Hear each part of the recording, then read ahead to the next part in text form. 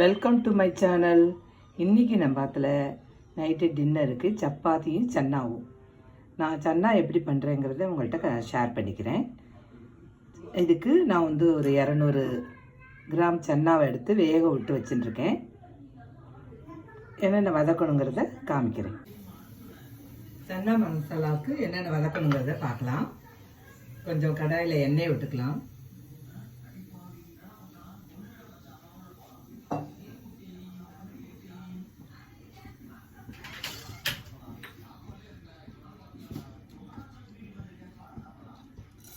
ஒரு ஸ்பூன் சோம்பு போட்டுக்கலாம்.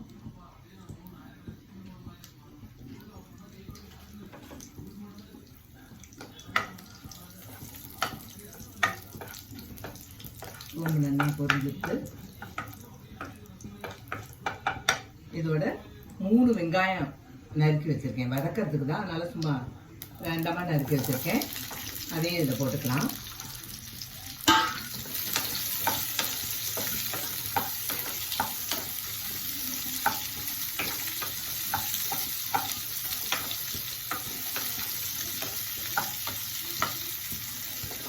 அதோட அதே மாதிரி ஒரு 2 பெரிய தக்காளி 2 நறுக்கி வச்சுருக்கேன். அதையும் போட்டுக்கலாம்.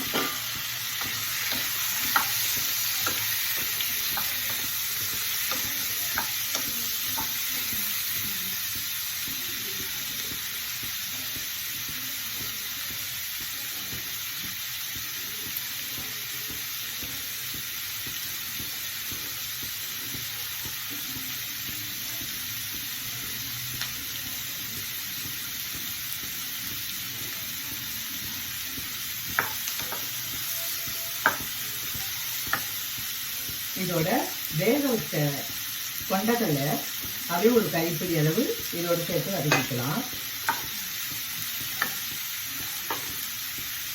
ஒரு 10-12 முந்திரி பருப்பு அதையும் இதில் போட்டுக்கலாம். இதோட இன்னொரு முக்கியமான ஒரு இன்க்ரீடியன்ட் போட்டு வதக்க போகிறோம். அது என்னன்னா, கசூரி மேத்தியை ஒரு 1/2 ஸ்பூன் போட்டு இதோட வதக்கணும். இது ரொம்ப நல்லா இருக்குது. நான் ஒரு தடவை பண்ணேன், ரொம்ப டேஸ்ட்டாக இருந்தது. அதான் உங்கள்கிட்ட நான் ஷேர் பண்ணிக்கிறேன். இதெல்லாம் கொஞ்சம் நல்லா வதங்கட்டும். வதங்கினப்புறம் பார்க்கலாம்.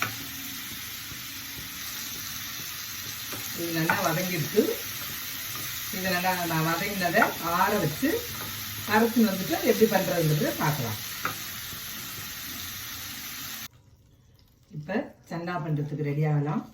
அதுக்கு கொஞ்சம் கடாயில் எண்ணெய் விட்டுண்டு மசாலா சாமான்லாம் போட்டுக்கலாம். பட்டை, கிராம்பு, ஏலக்காய் போட்டுண்டு அது லேசாக ஒரு பரட்டிண்டு அடுப்பு சிம்மில் வச்சு நம்ம இதுக்கு தேவையான காரப்பொடி, மஞ்சப்பொடி, தனியாப்பொடி, கரம் மசாலா இதையும் இந்த எண்ணெயில் போட்டு கொஞ்சம் நல்லா இதோடு சேர்த்து ஃப்ரை பண்ணிக்கணும்.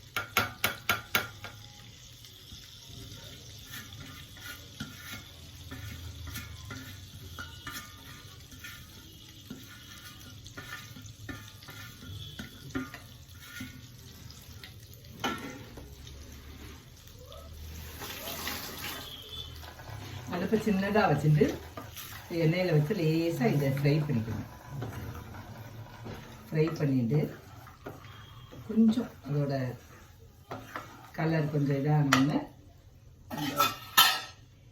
வேக வச்ச கொண்டக்கடலையில் போட்டுடலாம். அந்த ஜலத்தோடு போடுங்க. ஏன்னா அந்த ஜலம் தான் உடம்புக்கு ரொம்ப நல்லது, வேக வச்ச ஜலம். இப்போ இது நல்லா சேர்ந்த மாதிரி நல்லா வதங்கட்டும். வதங்கினதுக்கப்புறம் பார்க்கலாம். நம்ம இதோட இஞ்சி பூண்டு பேஸ்ட்டையும் போட்டுக்கலாம். அது கொஞ்சம் முன்னாடி போட்டு வதக்கணும், நான் மறந்து போயிட்டேன். அதனால் இப்போ போட்டு வதக்கிடலாம். இதோட சேர்ந்து அதுவும் வதங்கிடும். நல்லா 1 ஸ்பூன் அளவுக்கு இஞ்சி பூண்டு பேஸ்ட்டு போட்டுக்கலாம். இதோடு சேர்ந்து இதுவும் நல்லா வதங்கட்டும். கொஞ்சம் முன்னாடி போட்டு வதக்கணும். கடலை போடுறதுக்கு முன்னாடி நான் கொஞ்சம் மறந்து போயிட்டேன். நீங்கள் போடும்போது முன்னாடி போட்டு வதக்கிக்கோங்க. இது நல்லா கொதித்து வரட்டும். நல்லா அந்த கிரேவி சுண்டி வரட்டும்.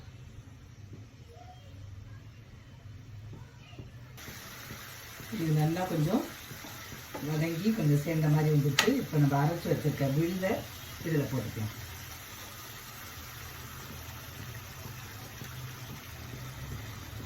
கொஞ்சம் தண்ணி விட்டு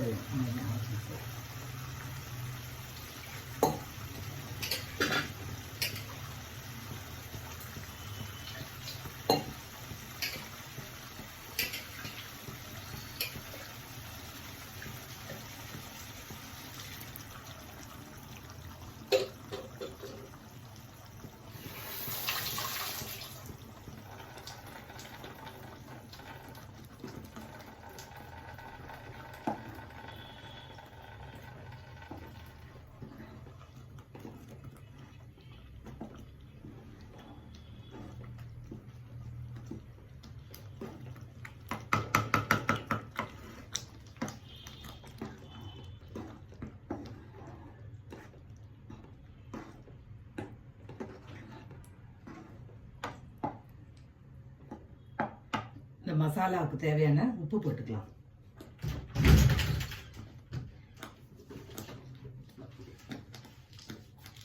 கொண்டக்கடலை வேக வைக்கும்போது அதில் 2 உப்பு போட்டு வேக வச்சுருக்கோம். அதனால் இதுக்கு கொஞ்சமாக உப்பு போட்டுக்கலாம். ஒரு அரை ஸ்பூன் அளவுக்கு உப்பு போட்டுட்டா போதும்.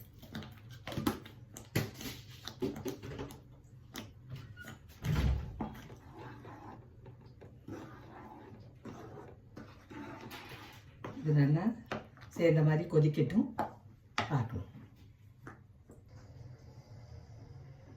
இந்த மசாலாவுக்கு ஒரு அரை டம்ளர் பச்சைப்பால், ஏன்னா இது ஒரு க்ரீமியாக இருக்கிறதுக்காக ஊற்றுறது. இந்த பச்சைப்பாலை ஊற்றி நல்லா எல்லாம் சேர்ந்து கொதிக்கட்டும். கொதித்த உடனே எப்படி இருக்குன்னு பார்க்கலாம்.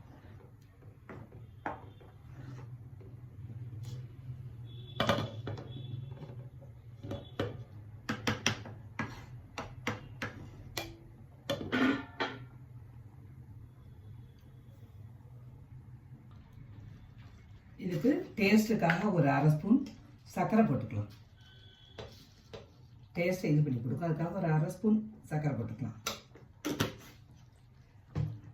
இதோட கசூரி மேத்தி அதையும் கொஞ்சம் மேலாக தூவிக்கலாம். தூவி சித்த கொதிக்கட்டும். கொதிச்சோன்னா ஆஃப் பண்ண வேண்டியதுதான். அப்படியே க்ரீமியாக எம்மியாக அழகாக பார்க்கவே ரொம்ப நல்லா இருக்குது. சித்த கொதிக்கட்டும். கொதித்து முடித்த உடனே கடைசியில் கொத்தமல்லி எல்லாம் போட்டு இது பண்ணிடலாம், ஆஃப் பண்ணிடலாம்.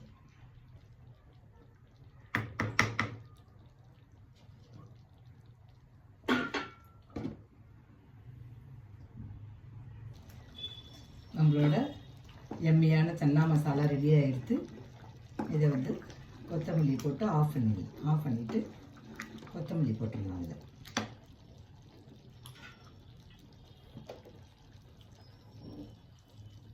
இது மேலே ஒரு அரை ஸ்பூன் நெய் விட்டுடலாம்.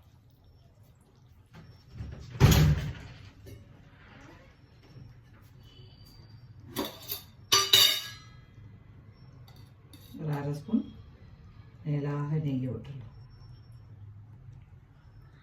ரொம்ப சூப்பராக இருக்குது. நீங்களும் ட்ரை பண்ணி பாருங்க.